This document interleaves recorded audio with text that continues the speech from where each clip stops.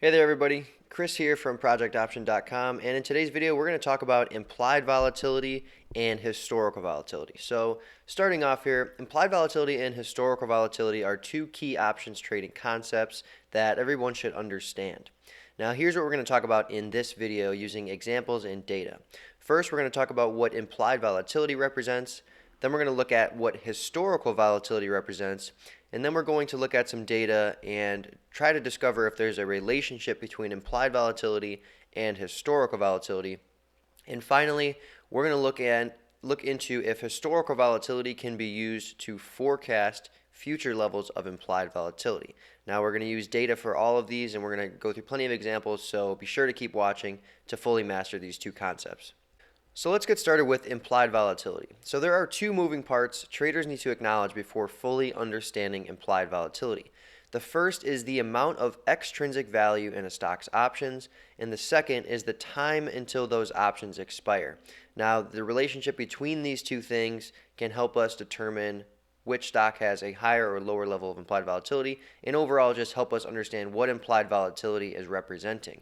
So the 2 points above imply what type of stock price movement market participants are expecting in the future. So let's get started with talking about extrinsic value. Now, comparing the extrinsic value of options on two similarly priced stocks can tell us which stock trades with higher implied volatility. So let's look at an example. So stock A, let's say, is trading for $100. Now we're going to look at the 90 call option, and let's say that 90 call is trading for $12. Now, since we're looking at the 90 strike call and the stock price is 100, we know the intrinsic value is $10 because the stock price is $10 above the call's strike price. Now, since the option price is $12, we know that there is $2 of extrinsic value because the options price exceeds its intrinsic value by $2. Now let's hop over to stock B, which is also trading for $100. Now if we look at that same 90 call option with the same exact amount of time until expiration as the option on stock A, we can see that the 90 call on stock B is trading for $14, although it has the same amount of intrinsic value as the 90 call on stock A. Now, both options have the same amount of intrinsic value because in both scenarios, the stock price is exactly $10 above the call's strike price of $90. Now, in the case of stock B, we can see that the option price is $14, which is $4 over the intrinsic value of $10, which means the 90 call on stock B has $4 of extrinsic value compared to $2 of extrinsic value on stock A. Now, assuming both options have the same amount of time until expiration, 30 days for example, I know that stock B has higher implied volatility because the options are trading with more extrinsic value, which implies that the market is expecting a larger movement in stock B. So, since stock B's options are trading with more extrinsic value than stock A, we know the market is pricing in a larger movement in stock B, which means that stock B's options are trading with higher levels of implied volatility. So I'm going to confirm this concept by looking at an option pricing calculator and simply changing the implied volatility number with all of the other inputs staying the same. And we're going to compare the option prices. So in this scenario, we're looking at a $100 stock, and we're looking at the 90 strike price for the call input. Now in this example, we're saying there's 60 days to expiration, and we're saying that these options are trading with an implied volatility of 25%. So in this scenario, with a $100 stock trading with 25% implied volatility, the 90 call should be worth $10.77, and the 90 put should be worth 74 cents. Now let's look at the same exact scenario, except crank up the implied volatility number to 50%. So in the same scenario, we have a $100 stock. We're looking at the 90 strike options, 60 days to expiration, except now the options are trading with 50% implied volatility. As we can see, the 90 call is now trading $13.70, and the 90 put is trading for $3.67. Now, if we break down the intrinsic and extrinsic value of the options in the first scenario with 25% implied volatility, we see that the 90 call on the $100 stock is $10.77, and with $10 of intrinsic value, the extrinsic value is 77 cents. Now, in that same scenario, the 90 put is trading for 74 cents, but since it is out of the money, all 74 of those cents are extrinsic value. Moving over to the second scenario where the options have 50% implied volatility, we can see that the 90 call is $13.70, which means it has $3.70 of extrinsic value since it has the same $10 of intrinsic value as the first scenario. Now, if we look at the 90 put, the option price is $3.67, which means it has $3.67 of extrinsic value. So as we can see here, it is very clear that the options with more extrinsic value, with all of the other inputs being the same, give us a stock with higher implied volatility. Now, I know in these examples we were changing implied volatility, but keep in mind in the real world, it's the trading of the options and the changes in the option prices that drive changes in implied volatility. Now let's go ahead and look at the effect of the time until expiration on implied volatility. So if the same options on two same price stocks have the same extrinsic value but different durations until expiration, the stock that you're looking at the shorter term option on will have higher implied volatility. So for example, let's say we have that same $100 stock and we're looking at the 90 strike options. In this case, we're looking at 60 days to expiration with 25% implied volatility, and that 25% implied volatility came about because the 90 call was trading for $10.77 and the 90 put was trading for 74 cents. So in this second image right here, I just reduced the number of days to expiration to 30. So I cut it in half, and then I changed the implied volatility number until the extrinsic value was about the same in both scenarios. So basically, if you're looking at two different $100 stocks and you're looking at the 90 strike call or put on both of the stocks, but you're looking at different expiration cycles, if you're looking at a shorter term expiration that has the same amount of extrinsic value as the longer term expiration, then that stock that you're looking at the shorter term expiration for will have higher implied volatility. So if we break these numbers down, in the first scenario, we're looking at a 60-day 90 strike call option on a $100 stock that was trading for $10.77, which means it had 77 cents of extrinsic value with 60 days to expiration, and that gave us an implied volatility of 25%. Now, if we were looking at another $100 stock and we were looking at the 30-day 90 strike call option, and it was also trading for $10.77, that means that that 30-day call option also has 77 cents of extrinsic value. Now, with 77 cents of extrinsic value on that particular option with 30 days to go, that would give us an implied volatility of around 35.5%. Now that stock has a higher implied volatility reading because the market is expecting a similar movement over a much shorter period of time, which means that stock is likely much more volatile. So keep in mind that even though we were changing the implied volatility input in the previous examples, we were doing so to figure out what the option prices would be if implied volatility were those numbers. So in the real world, somebody is not turning a dial and changing implied volatility, but it's the changes in the option prices that drive the changes in implied volatility. So as market participants buy and sell a stock's options as their stock price outlooks change, the option prices also change. All else being equal, if the market aggressively buys up a stock's options in anticipation of a large movement in the future, the options will get more expensive and therefore have more extrinsic value. Now, with the stock price and time to expiration being equal, more extrinsic value means higher implied volatility, which is an indication that the market is expecting larger moves in the stock in the future. Now, all else being equal, a stock's implied volatility reading will be higher if its short-term options have similar levels of extrinsic value relative to longer-term options on another similarly priced stock, which is the example that we just went over in the previous slides. So just to quickly reiterate, if we were looking at two different $100 stocks and we were looking at a 30-day 90 call option on one stock and a 60-day 90 call option on the other stock, and we found out that they both had the same amount of extrinsic value, the stock that we were looking at the 30-day 90 call option would have a higher implied volatility than the stock that we were looking at the 60-day 90 call option on. So to bring it all together, implied volatility represents the amount of extrinsic value a stock's options have relative to the time until expiration. Now, the combination of those two things tells us how risky the market perceives a specific stock or market to be. So basically, all else being equal, more expensive options means more extrinsic value, which leads to higher levels of implied volatility, and that tells us that that stock has a lot of perceived risk. So if you cut out all the middle steps in that equation, more expensive options, all else being equal, means more perceived risk for that particular stock. Now, on the contrary, less expensive options means there's less extrinsic value, which leads to lower levels of implied volatility, which means there is less perceived risk on that stock. So now that we've covered implied volatility, let's go ahead and talk about historical volatility. Through the prices of options, more specifically the extrinsic value, implied volatility tells us how the market expects a particular stock or market to behave in the future.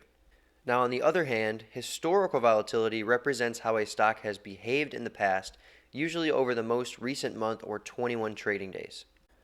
Now, implied volatility and historical volatility have a crystal clear relationship that can be easily observed, which we'll explore in just a moment. But first, let's look at how historical volatility is calculated. So to calculate a stock's end-day historical volatility, first you have to calculate the stock's daily returns observed over the past n trading days. Then calculate the standard deviation of the daily returns observed over the past n trading days. And finally, annualize the standard deviation by multiplying the results from step number 2 by the square root of 252. Now, we do that because there are 252 trading days in a year. Now, if you ever look at historical volatility calculations presented by another trader, perhaps in a blog post or a video, typically they'll be using 1 month, which is 21 days, or 3 month, which is 63 days, in their historical volatility calculation periods. But just to give you a basic example, let's go ahead and look at an example of a 5-day historical volatility calculation. So in this example, we're going to calculate a 5-day historical volatility, and for that we need 5 trading days of stock price returns. So I've just put in random numbers for stock A and stock B over those 5 days, and then calculated the standard deviation and 5-day historical volatility for those stocks. So stock A has had a 5-day standard deviation of returns of plus or minus 2.1%, and stock B's 5-day returns have given us a standard deviation of plus or minus 1.2%. Now, if we multiply those standard deviation figures by the square root of 252, we get 32.5% for stock A's 5-day historical volatility, and we get 18.4% for stock B's 5-day historical volatility. So if you just quickly eyeball the returns on each day of stock A and stock B, you'll see that stock B's daily returns were typically smaller than stock A's, which has led to a smaller standard deviation of daily returns for stock B as compared to stock A, which has led to a lower 5-day historical volatility in stock B compared to stock A. Now, when we look at historical volatility, we're basically just trying to get a quick gauge of how volatile the stock is, and we do that by looking at one number to make it nice and easy, and that one number is historical volatility. Now, it's very similar to looking at implied volatility, because if we want to get a quick gauge of how expensive or cheap a stock's options are, we can just look at implied volatility, because that's exactly what it is representing. Now that we've covered historical volatility and implied volatility, do historical volatility and implied volatility have any clear relationship? So to answer this, we're going to look at a scatter plot comparing the 21-day historical volatility of the S&P 500 index, or SPX, and we're also going to look at that compared to the VIX Index, which sums up the prices of 1-month SPX options. And we're going to do this going back to 1990.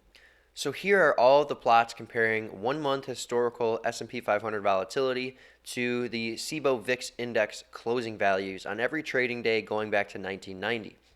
Now, as we can see here, at higher levels of historical volatility, we have usually seen a higher VIX Index level.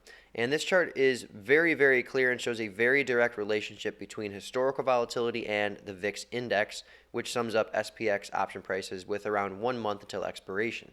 Now, just to be absolutely sure you understand what we're looking here and how to read this chart, let's zero in on this one point that I've circled on this graph.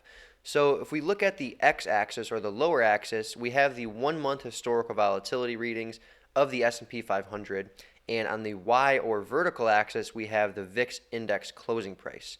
So this one point that I've circled means that at 33% 1-month historical volatility, there was a day where the VIX closed at 57. So the S&P 500's 1-month historical volatility was right around 32 or 33%, and on that trading day, the VIX closed at 57.